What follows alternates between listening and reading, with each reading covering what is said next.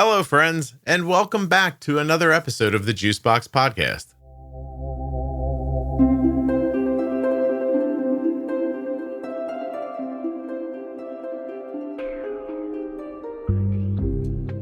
About a year and a half ago, in episode 1136, an anonymous mother came on to talk about her 15-year-old type 1's use of GLP and how her child's insulin needs dropped drastically.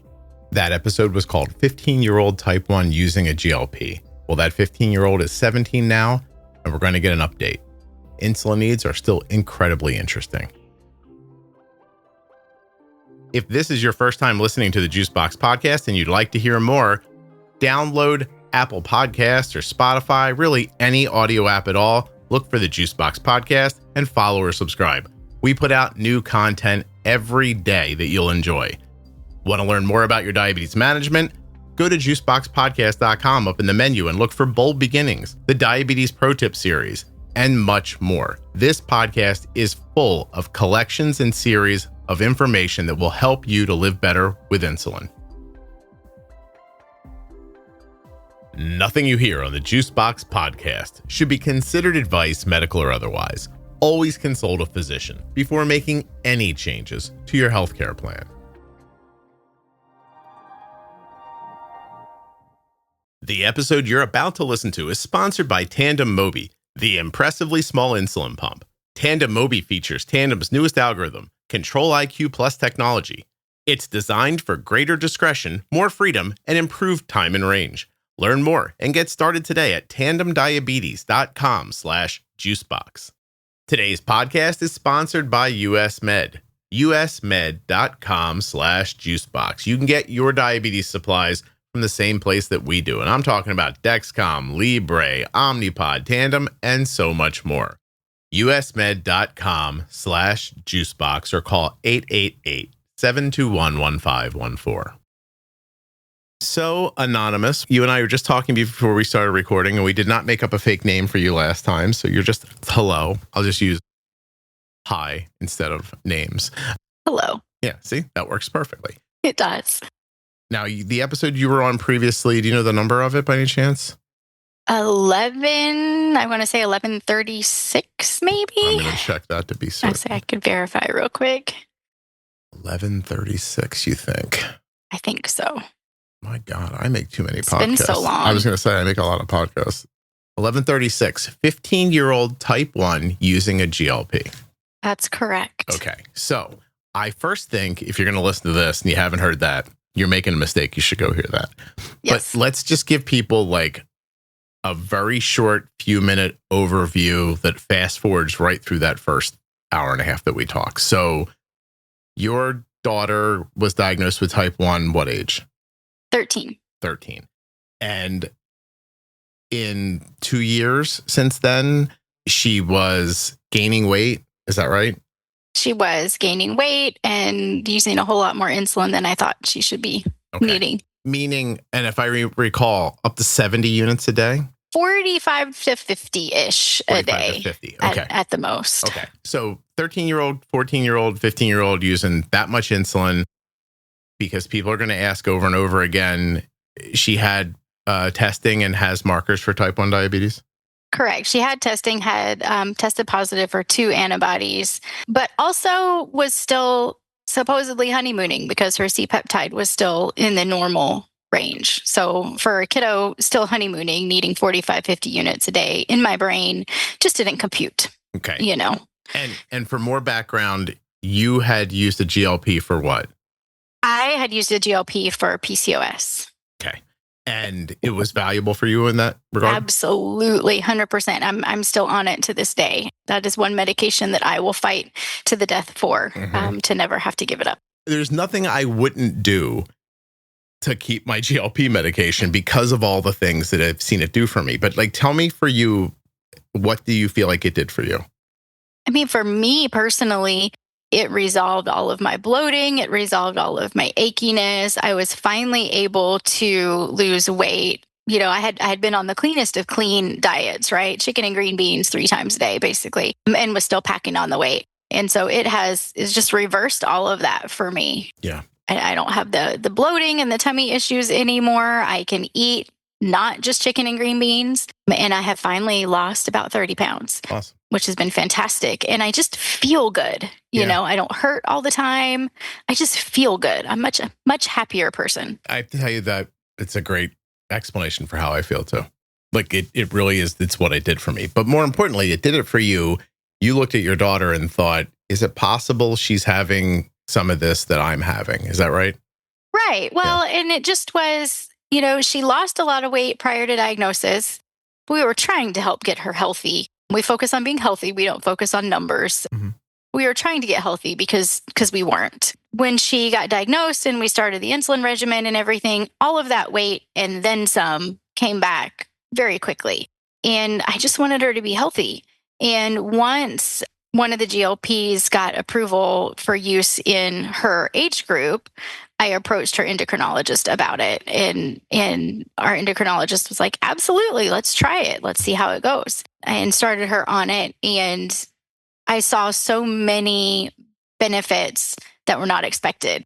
That has just been, I don't want to toss the word miracle around lightly, but has been a miracle medication for her in so many ways. Yeah. She's happy, healthy. She's down 30 pounds, you know, right at her perfect weight, and has kind of stabilized there for a good while now. And it has just been amazing for her. Go over the things you think it helped her with. Well, I mean, it definitely helped her with the weight loss, and it helped her insulin resistance, right? Like, I mean, if you go back and listen to the first episode, it was just a matter of days that she started needing less insulin. And that's been the biggest impact for her is, you know, she'll tell you every day of the week, she feels like she's not even diabetic anymore because she doesn't have to think about blood sugar. She doesn't have to think about carbs. She doesn't have to think about pre-bolusing. So that's been obviously the biggest impact for her in that way. Did you also believe, if I remember correctly, that she might have PCOS too? I did, and I still do. She is not, you know, with the hormonal testing and everything, she's not testing as PCOS, but I think that's because of this medication. I think this medication is also helping kind of regulate some things for her in that realm as well. Okay. So I think that catches us up. Now, episode 1136 went up in February of 2024. It's June now, so it's almost been a year and maybe almost, you know, get up on a year and a half since you were on the last time. Since then, you will text me periodically graphs or insulin changes or something like that. So in the last year and change, have her insulin needs continued to decrease? Her insulin needs did continue to decrease. I was trying to remember. I feel like towards the time that we recorded the episode, she was on about 9 units of basal a day and no carb coverage, right? No fast acting insulin. She's gone down as low as 1 unit of basal and no fast acting. She's currently at 4 units of basal and limited fast acting. You know, we just kind of take it day by day. You start to kind of watch the trends and see, and sometimes you can see that her body is just getting tired and needs a little bit of help. Mm-hmm. And so there may be some times where she needs a unit, you know, of fast acting here and there to help out. It's not pre-bolusing. It's not counting carbs. It's not, oh, we're going to eat, we need to do insulin. It's more reactionary than being proactive for her because it's not reliable that she's going to need it. You can't predict what's going to happen. Right. Yeah.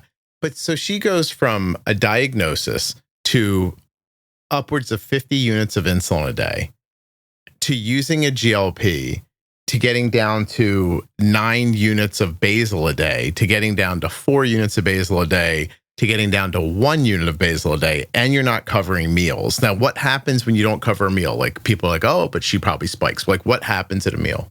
It depends on the meal, right? Because we know not all carbs are equal. If it's kind of our normal meal, which we tend to do high protein and maybe moderate carb, she may spike up into like the 150s, 160s, but comes right back down. Okay. If it's a really carb heavy meal, she might hit 180, but again, it's right back down. It's a quick up and a quick down. If we do too many carb heavy things too close together, she might need a little bit of assistance because she might get stuck in like the 130s, 140s. Yeah. But still, I mean, assistance from 140 if you stack up too many carb heavy meals. Right. This has been a while now. Like, have you wrapped your mind around what you think is happening? I mean, from the very beginning, I felt like what's happening is it's helping preserve the beta cell function that she still had, because she was still testing her C-peptide in the normal range, right? Mm-hmm. And so like by the labs, she was still honeymooning, even 2 years in when we started the GLP. And even still at that point, when we started the GLP, her C-peptide was like 0.8, which was like the lowest end of normal. Mm-hmm. Her most recent C-peptide, because we do labs once a year with our endo. And so her most recent labs were in February of this year, and her C-peptide was 1.2. Huh. And so her C-peptide has gone up a little bit, I wouldn't say significantly, but it's gone up a little bit. And to me, that just confirms my hypothesis that this GLP is just helping preserve the beta cell function that she still had remaining. So do you think she's like LADA, but also insulin resistant? Like, do you think if she didn't have type 1, you'd think of her as like insulin resistant type 2? Absolutely. Okay. Absolutely. Okay. I do. So she kind of has these two things happening at the same time. Right. Because based on the labs, right, honeymooning, she shouldn't have been needing the kind of insulin that she was needing pre-GLP. Yeah. And knowing my history, with mm-hmm. PCOS, which is insulin resistance, those two go hand in hand. Right. I feel 100% that she had some insulin resistance happening. Does she have any other autoimmune issues? She does not yet have any other autoimmune issues. I love when people say, wood. Yeah, people say yet all the time when I ask. They're like, no, not yet. Not yet. No, her thyroid's testing good. She's not shown any trending like positives for celiac or anything like that. So knock on wood. Other than the PCOS, which again, by the labs, she's not testing positive for PCOS. I think the GLP is helping us there as well. So is it crazy to think that without the insulin resistance, she'd just be in a very slow onset of type 1 that you might not even notice? Possibly, right? mean, yeah. It's not as common for me to hear stories of kids with like long LADA presentations, but I do hear it more from adults. But it does feel like that. Like if you just kind of set the insulin resistance aside for a second, because basically the GLP squashed that. Right. If her blood sugars were constantly 110 and she had spikes into 140s or 150s sometimes with meals that came back down on their own, like you wouldn't know that in a otherwise healthy person. Correct. Unless you ran an A1C.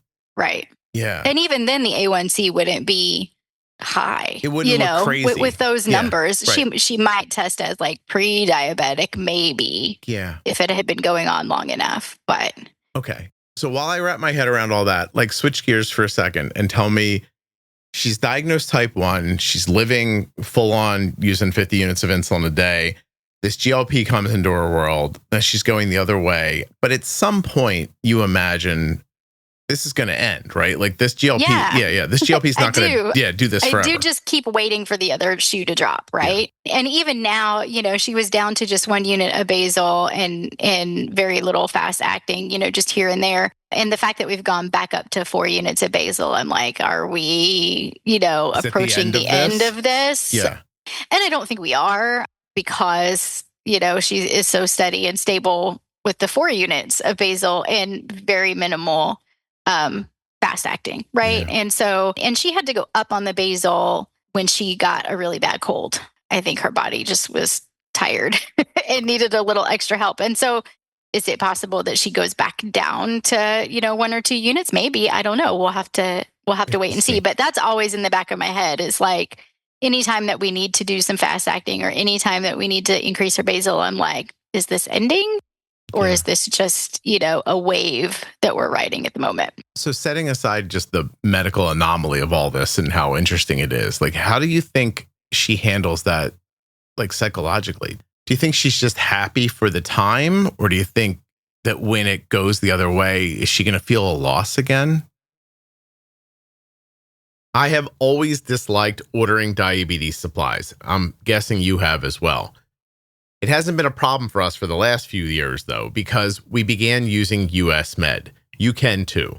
usmed.com/juicebox or call 888-721-1514 to get your free benefits check. US Med has served over 1 million people living with diabetes since 1996. They carry everything you need, from CGMs to insulin pumps and diabetes testing supplies and more. I'm talking about all the good ones, all your favorites. Libre 3, Dexcom G7, and pumps like Omnipod 5, Omnipod DASH, Tandem, and most recently, the iLet pump from Beta Bionics. The stuff you're looking for, they have it at US Med. 888-721-1514 or go to usmed.com/juicebox to get started now. Use my link to support the podcast. That's usmed.com/juicebox or call 888-721-1514. This episode is sponsored by Tandem Diabetes Care, and today I'm going to tell you about Tandem's newest pump and algorithm. The Tandem Mobi system with Control-IQ Plus technology features auto bolus, which can cover missed meal boluses and help prevent hyperglycemia. It has a dedicated sleep activity setting and is controlled from your personal iPhone. Tandem will help you to check your benefits today through my link, tandemdiabetes.com/juicebox. This is going to help you to get started with Tandem's smallest pump yet, that's powered by its best algorithm ever. Control-IQ Plus technology helps to keep blood sugars in range by predicting glucose levels 30 minutes ahead, and it adjusts insulin accordingly. You can wear the Tandem Mobi in a number of ways. Wear it on body with a patch-like adhesive sleeve that is sold separately, clip it discreetly to your clothing, or slip it into your pocket. Head now to my link, tandemdiabetes.com/juicebox to check out your benefits and get started today. That's a great question. I haven't really talked to her about that. I know she's definitely happy right now. Sure. It's made life a whole lot easier. We've had some monumental life things happen during this time frame. She's gotten her driver's license, right? And started driving a car and going off with friends. And a year from now, she's going to college. And she hasn't had to struggle with the driving piece, right? We haven't had to worry about blood sugar with driving. That just hasn't been a problem. She doesn't go low, but maybe once a month, Yeah. And she doesn't go high. So that's been really nice for her and nice for me. I don't have to worry quite so much. Pre-GLP, she really was like, I don't want to go away to college. I want to go to college here so I can stay home and you can help me, my diabetes and everything. And now she's looking at a college that's almost 4 hours away. So it's definitely changed things in her world. For her. So I do imagine, if the other shoe drops and we have to, start counting carbs and all of that again, I think there probably will be a sadness there. But I also feel like she'll be well equipped to handle it when the time comes, if the time comes. I'm glad because, it just occurs to me that being diagnosed once is crazy enough. Right, but twice. Yeah, hey, you have type 1 diabetes. Actually, you know what? If you can just take this injection once a week, most of the problems that come with this should go away. And then you're now you're telling a 13 to 14 to 15-year-old, a person in that age, and how old is she now? She's 17. 17 now. Wow, she's 17. Yeah. So it's been going on a good long time where she's had this relief. There's got to be a part of her that just thinks, I bet you it'll stay like this forever. Yeah. Well, and so she stopped having to bolus for food in December of 2023. And so that was just 2.5 years post diagnosis for her. So we've been not bolusing for food almost as long as she had to bolus for food. Yeah. And so it really is kind of a distant memory. And she says sometimes, I don't even remember what it was like to have to figure out how many carbs were on my plate and figure out how much insulin to take and then have to wait to eat. Yeah. It is going to be a brand new thing if and when that happens. Yeah, I don't want to think about you like a social experiment, but it is going to be really interesting. Absolutely. Yeah, it will be. I 1,000,000% hope that one day she wants to come on and talk about it because, and I wouldn't pressure her, obviously, but if she ever had that feeling, I'd love to know all this stuff here. I think it's super interesting. I'm looking through your old text messages to me, clarity reports that look just look like they're from somebody who doesn't have diabetes. Yeah. Yeah. It's crazy. I just, in prep for today's call, I pulled her clarity report and her 90-day average glucose is 114 with a standard deviation of 23, 98% in range. Yeah, that's it. And you're using a unit of basal right now. Well, anywhere from 1 to 4, 1 to 4. during that time frame. Okay. And that's coming off of, we just went on vacation last week. And all bets are off on vacation, right? Especially when it's all inclusive and you can eat whatever you want, whenever you want. And so we did have to throw a fair amount of fast acting during vacation just to kind of help regulate things a little bit. But by fair amount of fast acting, I mean, maybe like 3 units a day.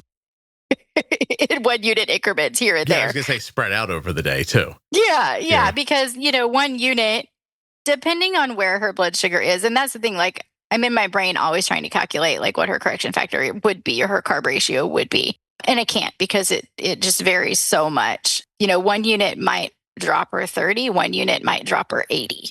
It just kind of depends on how long she's been stuck where she's at, what we have happening, activity, all of that sort of thing. Is she sleeping or is it daytime, right? So tossing 1 unit even is kind of scary sometimes. Did you ever consider trying Afrezza? So because she's a minor, Afrezza's not recommended for her. I see. Okay. But that would really be valuable for her though, right? I think it would be, and I'm counting down the days, until that 18th birthday for lots of reasons. I think it might benefit her to transition to potentially a different GLP. Would love to try Afrezza, would love to try Eversense, instead of having to do a new Dexcom every 10 days. Lots of things open up when she turns 18. So what GLP does she have now? Is it Wegovy? She's on Wegovy. Yep. You prefer for her to try Mounjaro? Mounjaro or Zepbound. I'm just curious to see what a different one would do, right? Okay. Like has her body gotten used to this one? Because we did try to cut back. So she's on the maximum dose as maintenance, but she was starting to kind of have some bowel issues. And so we backed off to the next dose down. And I noticed a dramatic difference in her insulin needs and her hunger, all the things. We only lasted about 3 weeks on the lower dose before she went back up again. And thankfully, she's not had any more, tummy issues. And so I think is not related, but we just weren't totally sure. So I would just be curious to see, if a different formulation would change anything. The one thing about the Zepbound is it has the GIP in it as well. Correct. And you're not really looking to curb her hunger that much, right?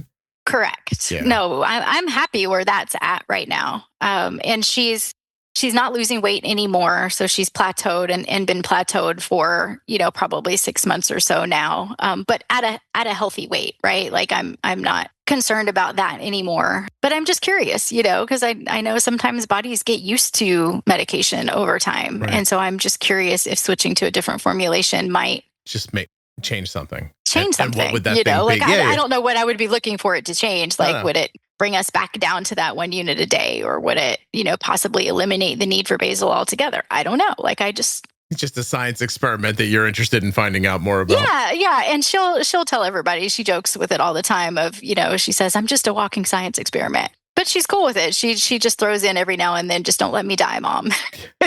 No pressure. But I would be curious to see what a different GLP might do. But we've got about a year until we can look at that. So before the GLP, did she have a voracious appetite that you thought was, oh my goodness, too much? And even with the GLP, she can eat.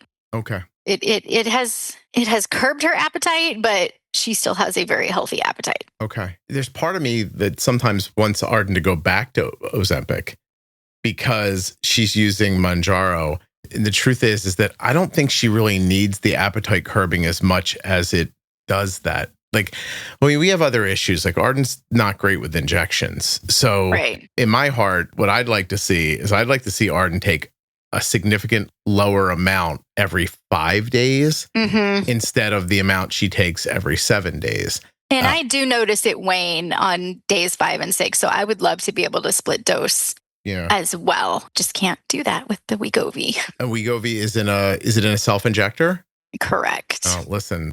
Yeah. We inject it into a vial and then draw it out with an insulin needle. I've thought about that, and I may broach that at our next endo visit and just see what she thinks.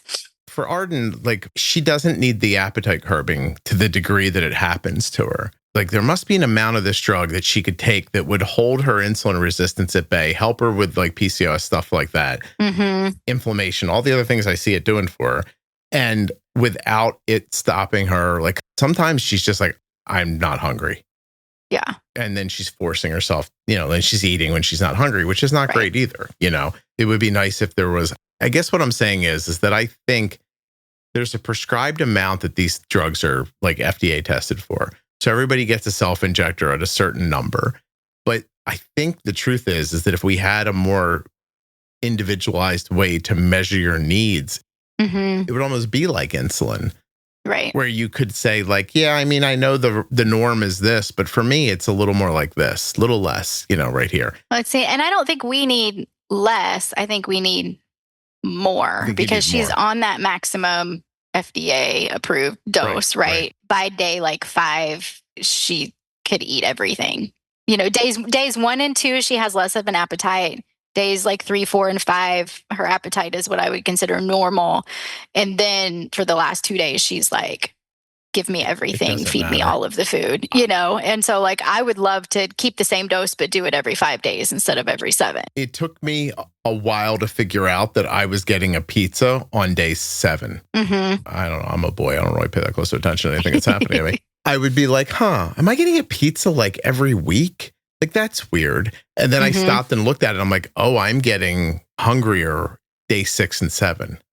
Yeah. Yeah. And I notice it in her blood sugar numbers too. That's what I'm thinking. Yeah. There's a direct correlation. Like she's much more stable on the front end of the week than she is on the back end of the week. Yeah. It's interesting because there's part of me that thinks if they have the luck with the oral medication that they're working on now, like that kind of fixes that problem in totality, right?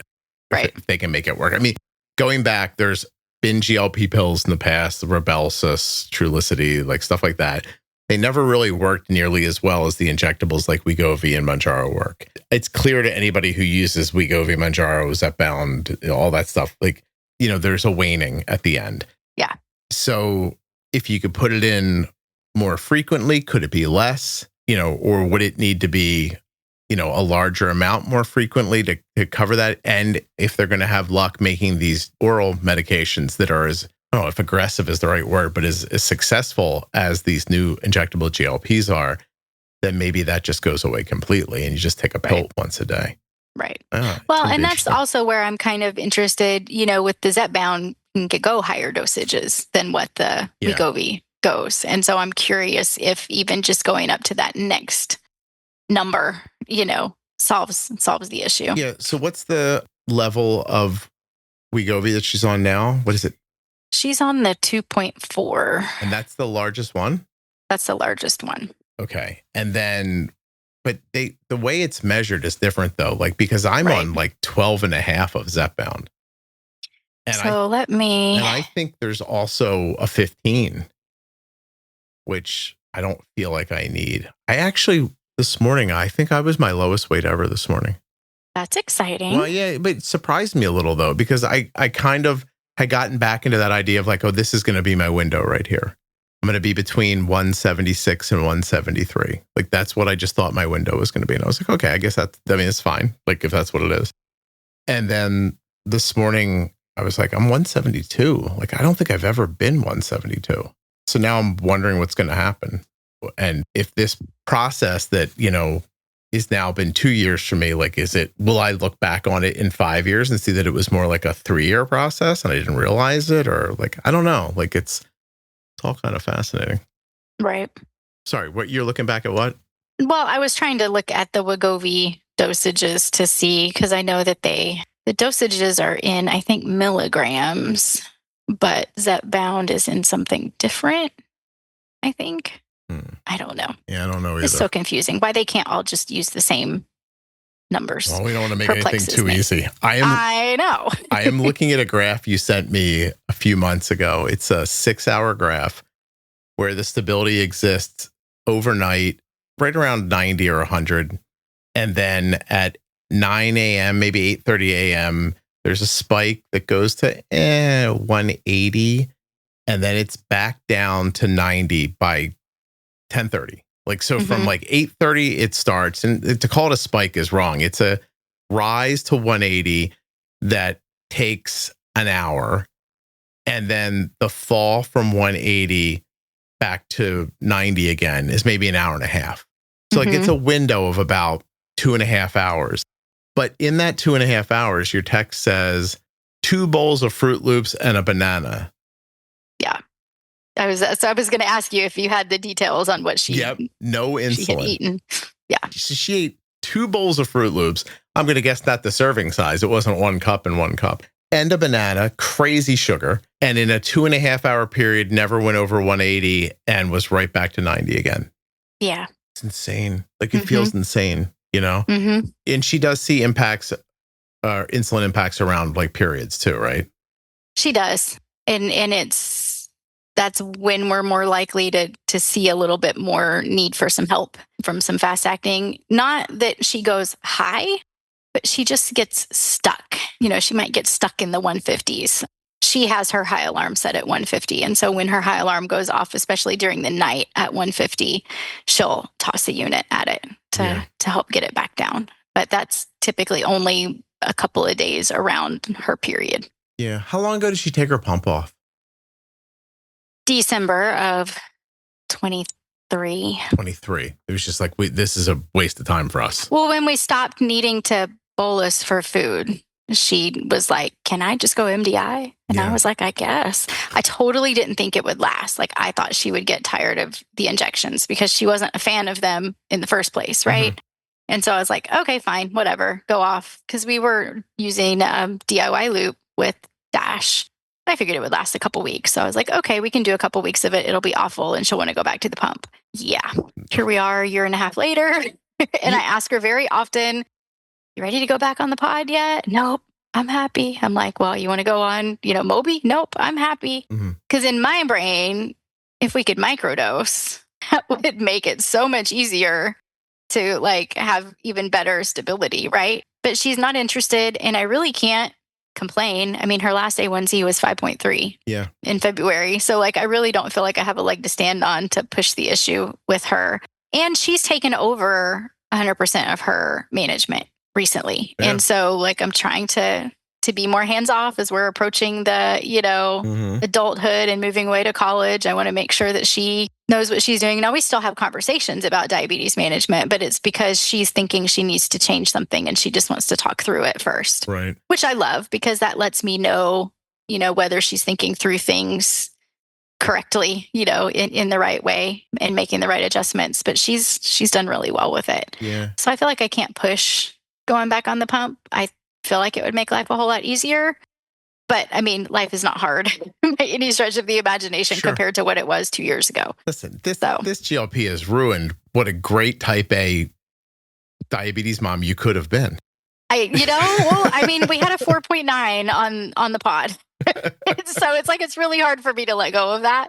I'm a little bit of a control freak. I was so good at it. I'm a numbers person. I had spreadsheets, and now it's like, I was prepping for today's call and I'm like, I've done really a crap job of keeping track of like when we've changed dosages and stuff over the last 2 years. Like, I've written nothing down. I have no charts. I have no spreadsheets. But there's nothing to keep track of. There's nothing to keep track of. Yeah. And I catch myself every now and then complaining about, today's been a hard diabetes day. And I'm like, but you know what? My alarms haven't gone off at all. Right. I have slept through the night, 98% of the nights in the last year and a half. I really can't complain. Yeah.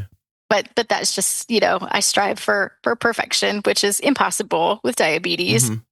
I ask you a question pretty frequently, and I feel like it's a little uncomfortable because of what happened, but you are anonymous. So if you're not comfortable talking about this, just stop me. It's fine. But every time I think about this, I think, is no one looking into this? Like, why hasn't the government stolen your child, put it in a box, and are they testing her? Why are we not trying to figure out like what is happening right here? And by the way, I'm not saying you should, anybody should give themselves over to, anything they're not interested in, but like something really unique is happening. Yeah. Yeah. I mean, I've reached out, just to kind of be like, hey, this is our story. This is how great things have been. I've encouraged, our endo to do the same. And I'm not fully in the loop on what her thought process is on what she has or has not decided to do. I kind of I leave that at that level, right? Because I feel like me as just a mom of a type 1, I don't feel like I have clout. How are you going to really impact? Like, who's going to listen to me, right? But I do feel like, we're hearing more about it. There are more people. Because like when we started this process a year and a half ago or whenever it was, August of 23, I didn't know anybody else who was doing this, right? Or was experiencing what we were experiencing. And I feel like now, like even just on the Juicebox page on Facebook, right? I'm hearing more and more stories. And so in my brain, I feel like there's more kind of chatter going on. And my gut just tells me that companies are looking into it. We just don't hear about it yet. I feel very strongly that there is interest in research being done, that it just is not published yet. I feel like when I'm looking at people telling their stories online, and even the ones that come on the podcast and talk about it, I feel like what I'm seeing is that if you have insulin resistance, like not just type 1 diabetes, because I see people say like, hey, look, I have type 1, I took a GLP, I didn't need to lose weight, and guess what? I used the same amount of insulin as I always used.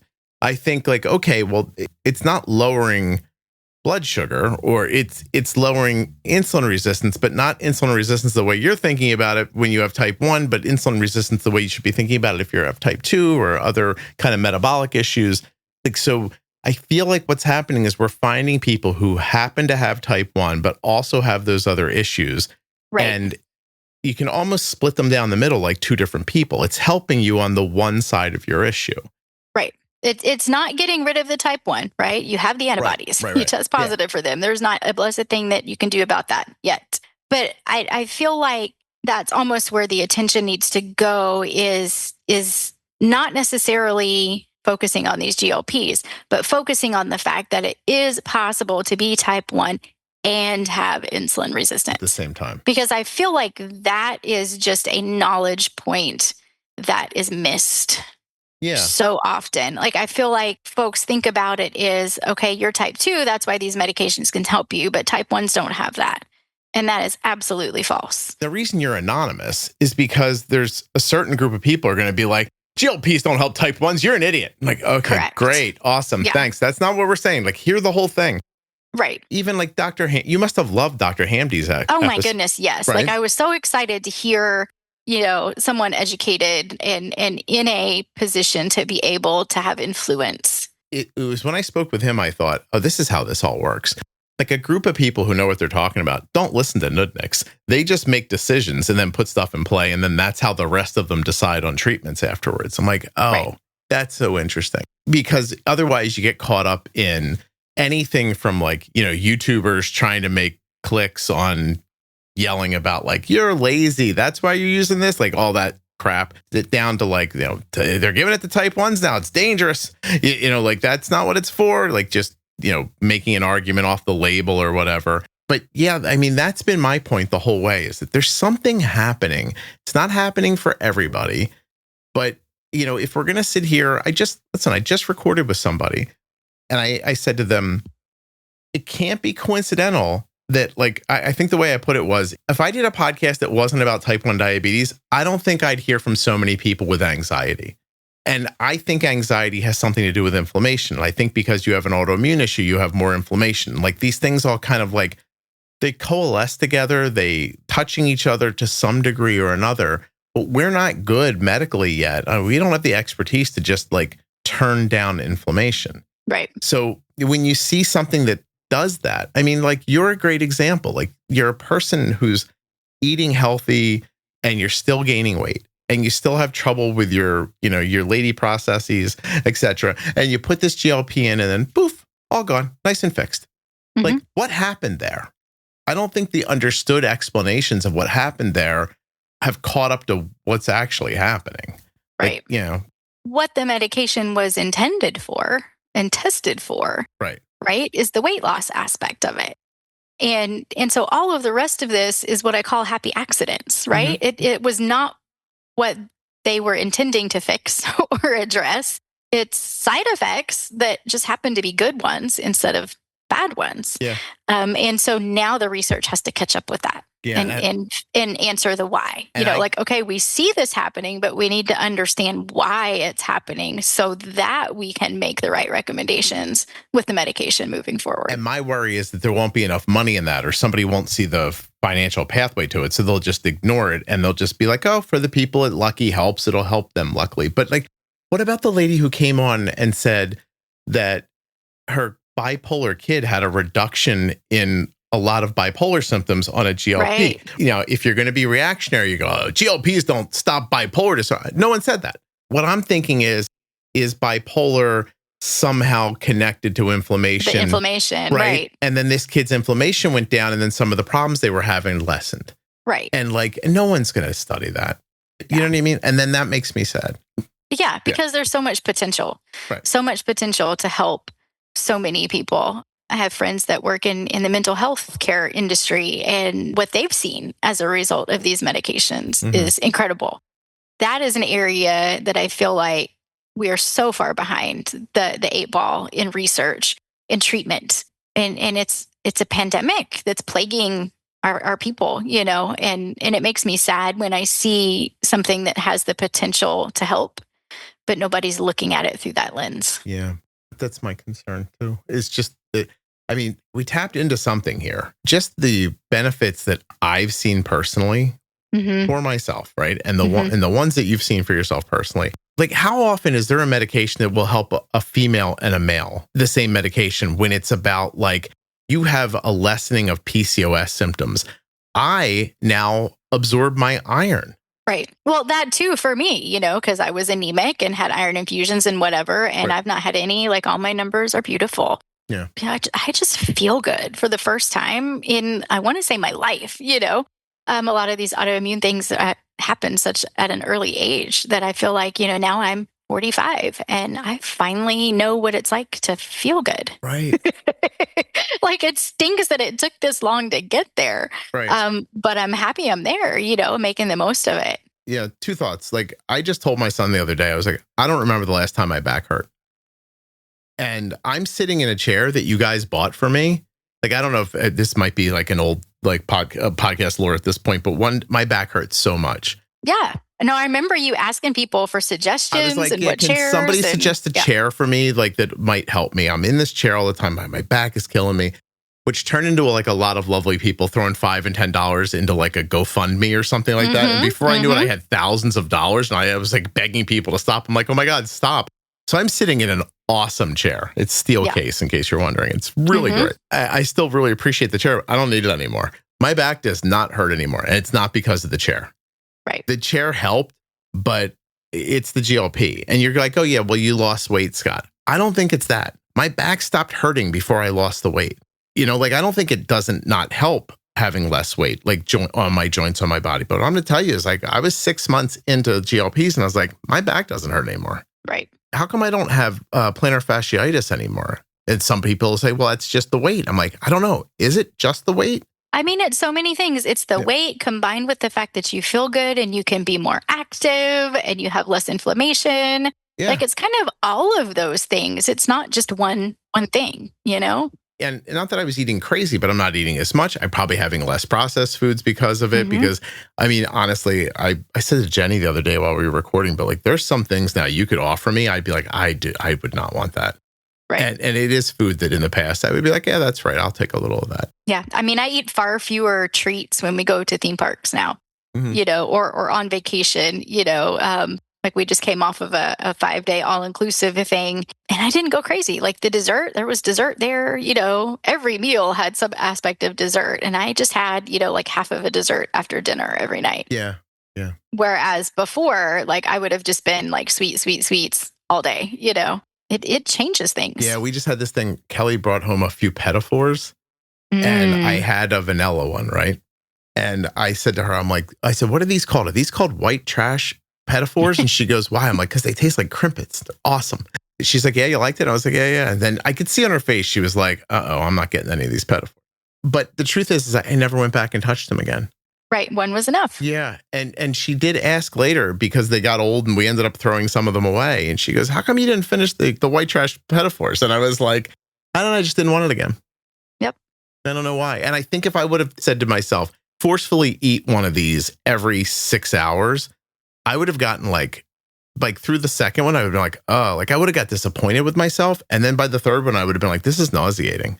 Yeah. Yeah. That is not a thing that would have happened to me before the GLP. We very much, like both of us, hit that nauseating point when we're eating. And it's just like, you're eating and you're enjoying your meal. And it can even be a healthy meal, right? You're enjoying your meal. And then just all of a sudden we hit a wall and we're like, I can swallow this bite, but I cannot put anything else in my mouth. Yes. Yes. I love it when we, like it feels good to hit that point and get full, and recognize that, okay, I've had enough now, you know? And for people who would say like, oh, it's ruining food for you. It is not. Like food's not being ruined for me. It's not. Yeah. I'm just not eating an amount that like I just don't need. And it bears out in body size because I'm obviously taking in plenty of calories. Like I'm not walking around here like going like, oh God, I can't hold myself up. I'm taking in the amount of calories my body needs. And, but I'm taking in healthier calories now too. Like I've never been a foodie. I've always had a sweet tooth. But that sweet tooth is much smaller now, and I need much less. It might have taken 4 Oreos to satisfy me before, but now I'm good after like 1 or 2. Yeah. So I'm putting more healthy things in my mouth and less junk. Yeah, it's a lot about how you want to think of it too. Like I've heard people say, like it ruined ice cream for me, and I'm like, you're 30 pounds lighter. Yeah. And maybe not. Maybe you disagree. Maybe you're listening. Like I'd prefer to have 30 pounds and eat ice cream. I mean, there are some things that I used to really enjoy that I just don't enjoy anymore because it nauseates me. But I still don't look at it as ruining that particular food item or treat. I look at it as, it's really nice to not crave that all the time. It's nice to not be controlled by something. It's nice to not have to have the willpower to say no to it because it's just not appealing to me anymore. It's not a fight that I have to fight anymore, which is nice. I cannot say the same thing about my daughter. She still gleefully enjoys absolutely everything and still has to have some willpower when it comes to sweet things because, like I said, it's lessened her appetite, but she still has a very healthy appetite. Yeah. Where we still have to say, okay, that's probably enough, or you probably don't need to go back for a second helping of that, I mean, she's young and she's growing still. And all that. Yeah. At 17, young and growing. And a lot of it is social for her too. It's when she gets together with her friends, they go out for pizza.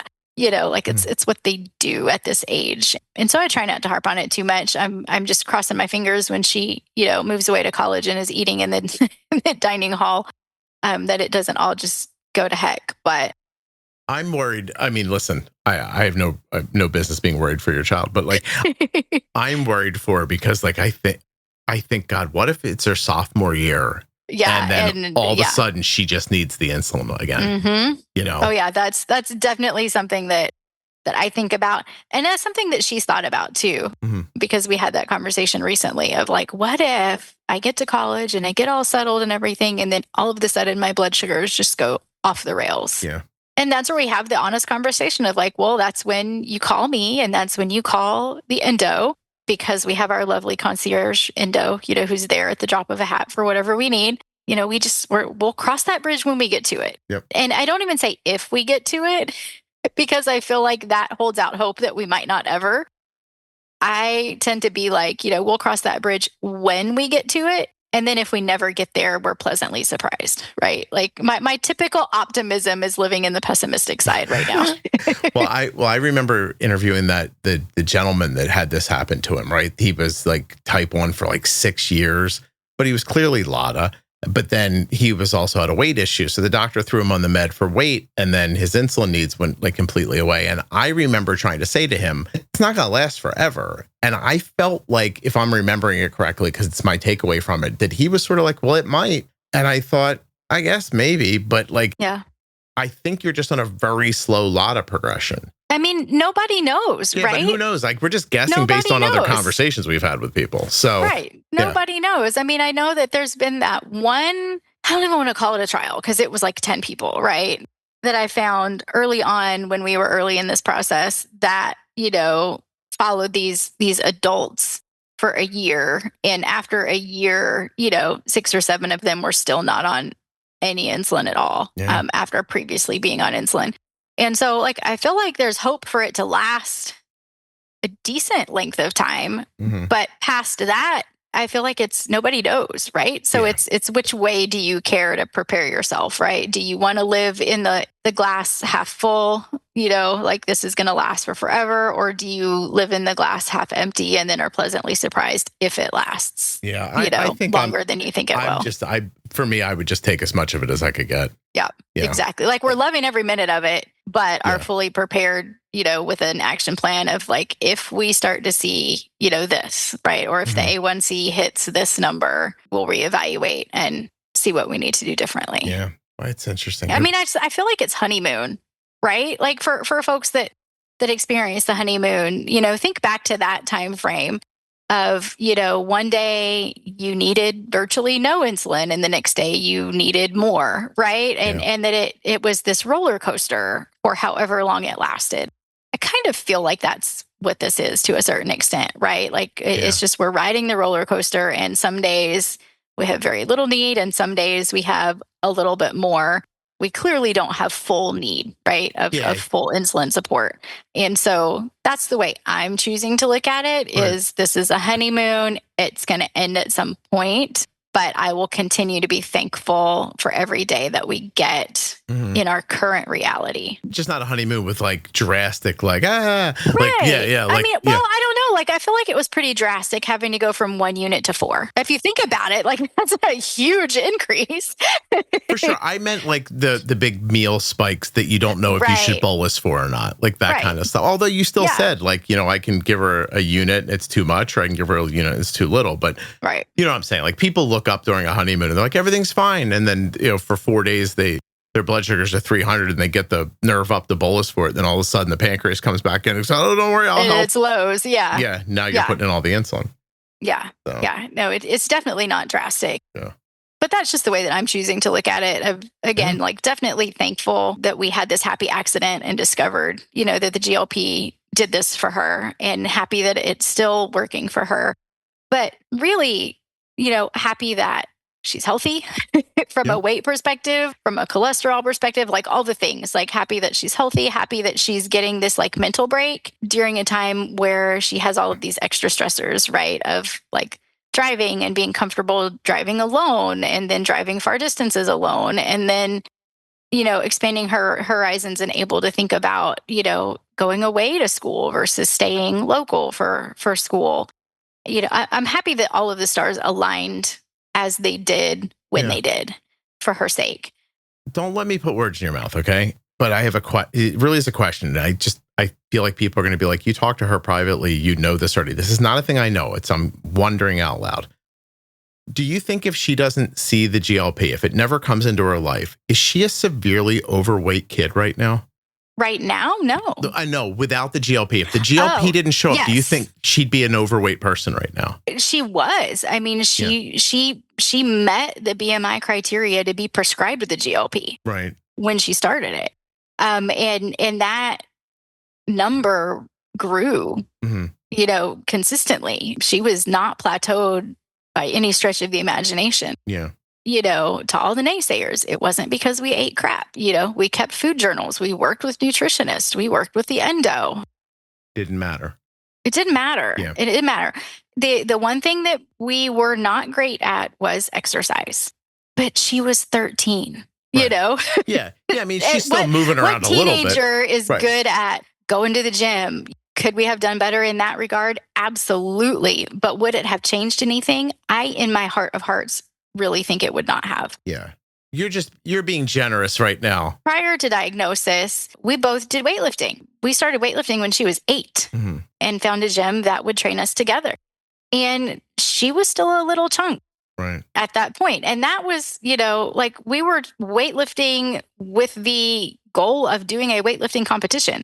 So it wasn't we were just going to the gym and picking up this and picking up that. Like, like we were doing deadlifts, and the kid at 8 years old was deadlifting 140 pounds. Even if we'd have gotten to the gym every day, I don't think it would have addressed the issue, which I fully believe was the insulin resistance. Right. 4 years later at 17 without the GLP, she would have been shockingly overweight. Correct. Yeah, I would have seen her and thought like, oh, what happened to that kid? Like that kind of thing. Right. Yeah. Like that would have been the kid that, I hate to admit this, but we all do it, right? You look at them from a distance and you judge the parent. Yeah. Then you're trying to give the background is chicken, green beans, weightlifting. Right. We weren't running 20 miles a week, but like if you're 13 and you've got to be a CrossFit person just not to be overweight, something's not right. Yeah. I just want people to like think of it that way. Like, right.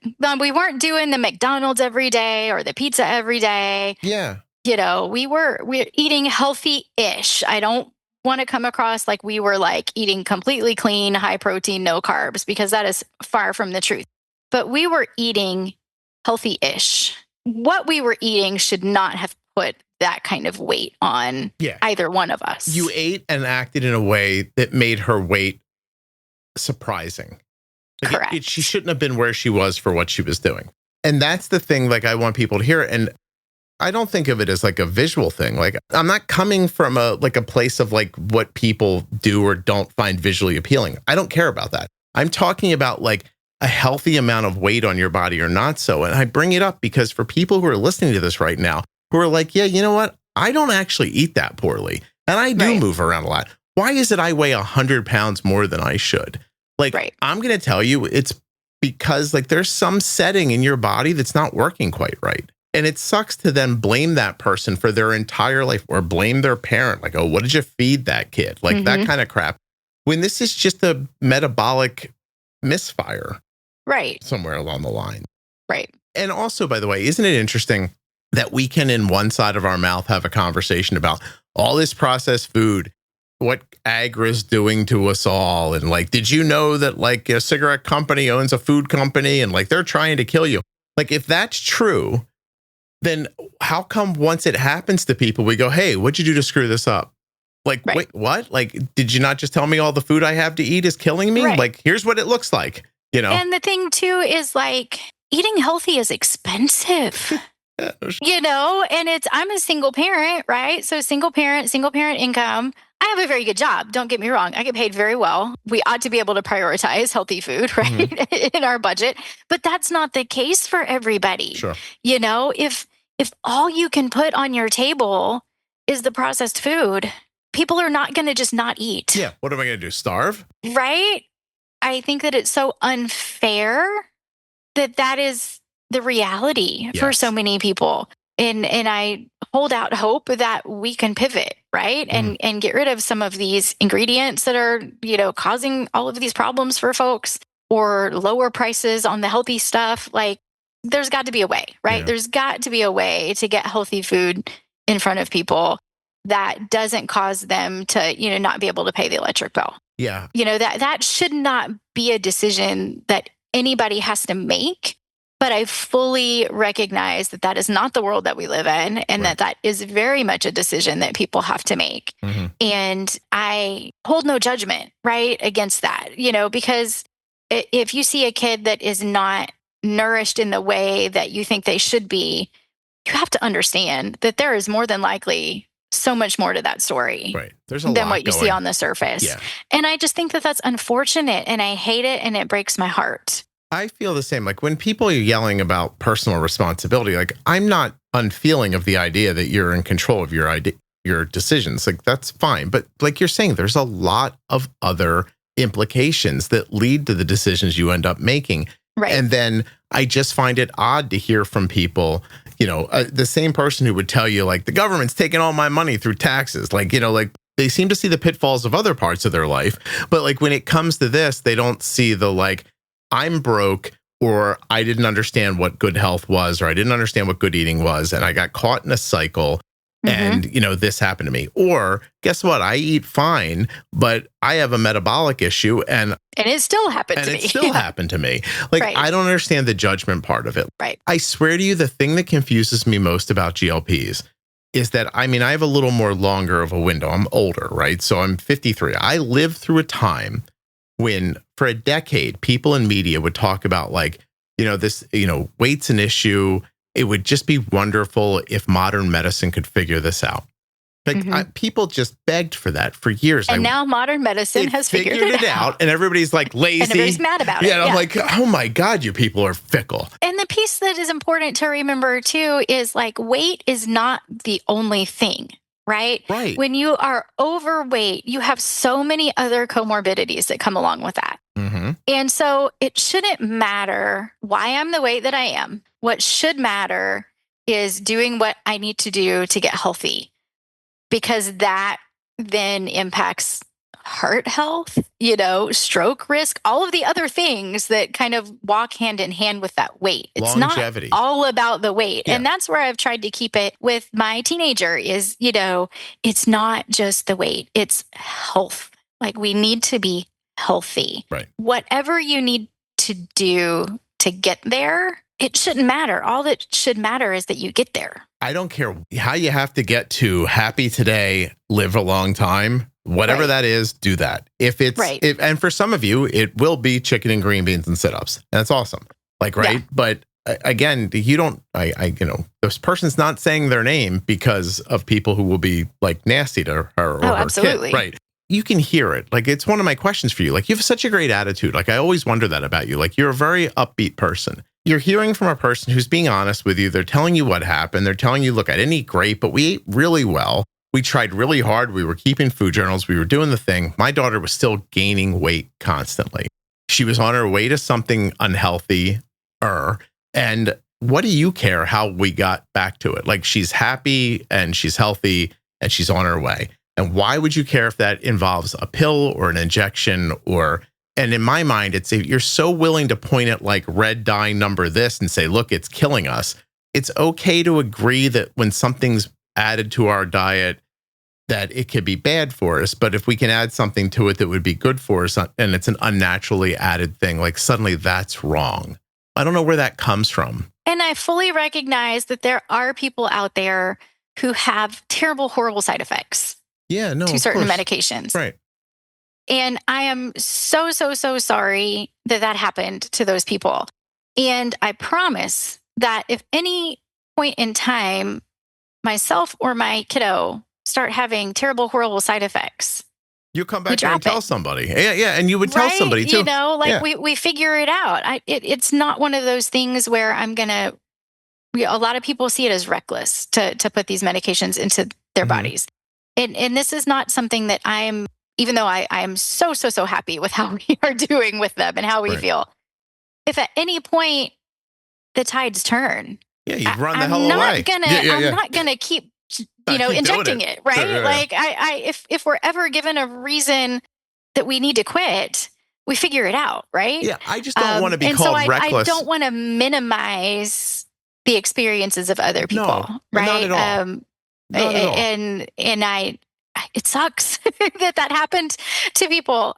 Thyroid medication. There's one that I have a really crappy reaction to and one that I don't, right? And so I'm going to take the one that works well for me, not the one that I have the crappy reaction to. And the one that I have the crappy reaction to is the one that like 99% of all the other people take just fine. And so not every medication is meant for every person. So I want to acknowledge that too, and so it's not, because a lot of people will come after this and be like, oh, you're being reckless, you're endangering your welfare of your child, I appreciate your perspective and I appreciate your opinion and I appreciate whatever your experiences have been. I'm just sharing ours.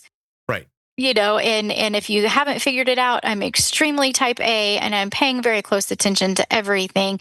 And so is our doctor. It's not a negligent, throwing caution to the wind type of thing. I would tell you the same thing.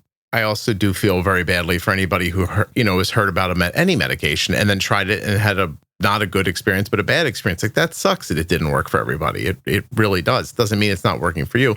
And I would also say slightly provocatively, don't tell me I'm being reckless with your vape in one hand and a Dr. Pepper in the other hand, because that happens too. Like, sometimes I see the people pushing back and I'm like, you're not exactly the bastion of health over here. It almost feels like a political stance to me. This is what I believe, that if you just work out and do a sit-up, this will be okay. Sure, I'm overweight too, but it's because I don't do a sit-up. And you don't get to cheat your way to the front of the line.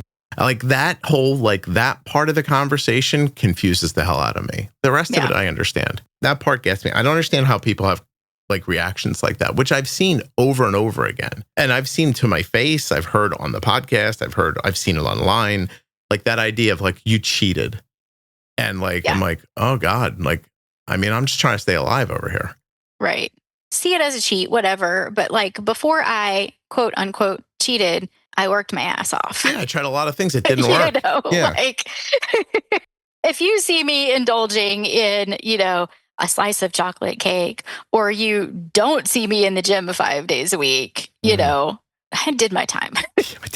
Hey, listen, I want to say the pedophore I ate was an inch across and an inch high. It was very small. Right. Well, like, and we went on our little all-inclusive vacation, and the portions that they serve you at those places are tiny, right? Because you can have as much as you want. You might order a piece of cheesecake, and it's like the teeniest, slenderest piece of cheesecake that could ever possibly serve without it just completely breaking. And I would eat like 4 bites of it. We definitely save money sometimes at restaurants, at the end of the meal. They're like, do you want a dessert? And we're like, well, we have to come up with one that we can all agree on, because everyone's going to just stick a fork in it for a minute. Oh, no, we definitely save money at restaurants because we split meals now. No longer ordering, 2 separate meals. We order one and still have some left when we're done. I swear to you, Arden and I went out the other day and I was like, what are you getting? And she said what she was getting. I was like, I was going to get that. And she goes, why don't we just get one and split it? I was like, that's a good idea. Or like kids meals. I'm like, they laughed at me at the vacation place because like I was always and forever ordering off the kids menu. Because I like plain food. I'm not an adventurous eater. But I also know I'm not going to eat very much. Yeah. And so I would order the kids' meal, and they'll serve a steak and potatoes on the kids' meal. And so I would order the kids' steak and baked potato and eat like, 3/4 of it and be perfectly content. All right. Is there anything I haven't asked you about that you would want people to know about? I don't think so. Okay. I mean, it's been an interesting journey. I don't know where it will go next. But I know I'm loving living in this moment. I love that my teenager is off with friends at a theme park today, and her blood sugar is currently 85. And I know she's had lots of wonderful treats because she loves the treats. And it's 8 million degrees outside, and the heat's not kicking her butt. And I haven't gotten a Dexcom alarm in a couple of weeks. It's awesome. And so I'm loving it. I hope that more people have the opportunity to try this, and see what it can do for them. But the same disclaimer that I left at the end of the first episode, please don't just go get a GLP from some med spa somewhere without knowing how insulin works for you, and fully prepared to pivot and make adjustments quickly. Yeah. Because when we very first started this journey, things changed, and things changed fast on a large scale. Yeah. The adjustments that we made were not weakening our carb factor by 25 and 30% cuts of basal every 2 days, like ridiculously fast. And so please don't willy-nilly get your hands on a GLP-1 from somewhere and jump in without being fully prepared and without having resources to help you along the journey. If you are one of those people who's having like significant insulin resistance, you don't realize it, and this GLP jumps in and starts working right away, the amount of insulin you're using could be significantly too much. Yes. Make yourself low really easily. I'll have to go back and listen to the episode to remember exactly, but I feel like it was like within the first month, we were using half the amount of insulin.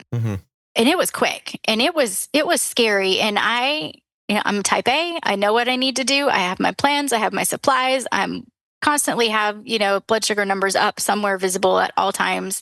And I even got rattled. I'm not saying I'm the end all be all of diabetes management, as far from the case, but like I was 100% involved and invested in my daughter's diabetes management pre GLP-1. Yeah. And it still rattled me. Yeah, and so I just want to say that same disclaimer of like, please, if you want to do this and you want to try this, please make sure you have your squad with you, right? Yeah. Make sure you have somebody to walk the journey with you. Don't just jump in blindly and not know, if you're not comfortable making changes to your insulin dosages, do not take a GLP-1 unless you have a doctor or someone that's going to hold your hand through the journey, right? Like, know that about yourself before you jump in. You are going to have to be comfortable making those adjustments and making them pretty quickly too. Yeah. So that's just what I want to leave with people. And I know I said the same thing the last time, but I want folks to get excited about the possibilities, but I don't want you to get so excited that you don't think it through fully before you jump in. Right. I would also tell you, like, be prepared to be one of the people who has type 1 and takes it and goes, this did not change anything for me. Right. That it very well could be the case. And like I said, I think it has more to do with what you're going to see become more prevalent over time, which is you're going to start seeing more and more people getting a dual diagnosis of like insulin resistant type 2 and type 1. And if that doesn't make sense to you, you should go find the episode with Dr. Hamdy and listen to him describe it. But he says that the way we diagnose diabetes is going to change quickly. And he is one of the people in the medical profession who has a say about how things like that happen. So you're definitely going to see more and more of it coming up. Yep. So, okay. Well, thank you very much. The last note I want to leave with people, because you know me and I'm the eternal optimist, is if you're listening to this, you are doing a good job. You are investing in your health or your child's health or someone that you care about. Keep doing that. There are going to be hard days, but there are going to be good days. So don't give up, and be sure to let us know how we can help. Oh, absolutely. Yeah. Have a community, be a part of a community. And I think the same thing, like no matter what your outcomes are, it's your effort and your interest, I think, that is the most important. I end up saying that to a lot of people when I speak to them privately, and they're scared or it's new. And I say, no, you're going to be okay. And they want to know how can you tell? And I said, well, you're asking the right questions. You're interested and you're motivated to do something about it. That, generally speaking, is what it takes to get there. Correct. Correct. So keep up the hard work. We're all here rooting for you. Cool. Thank you so much. I appreciate it. Yep. Bye.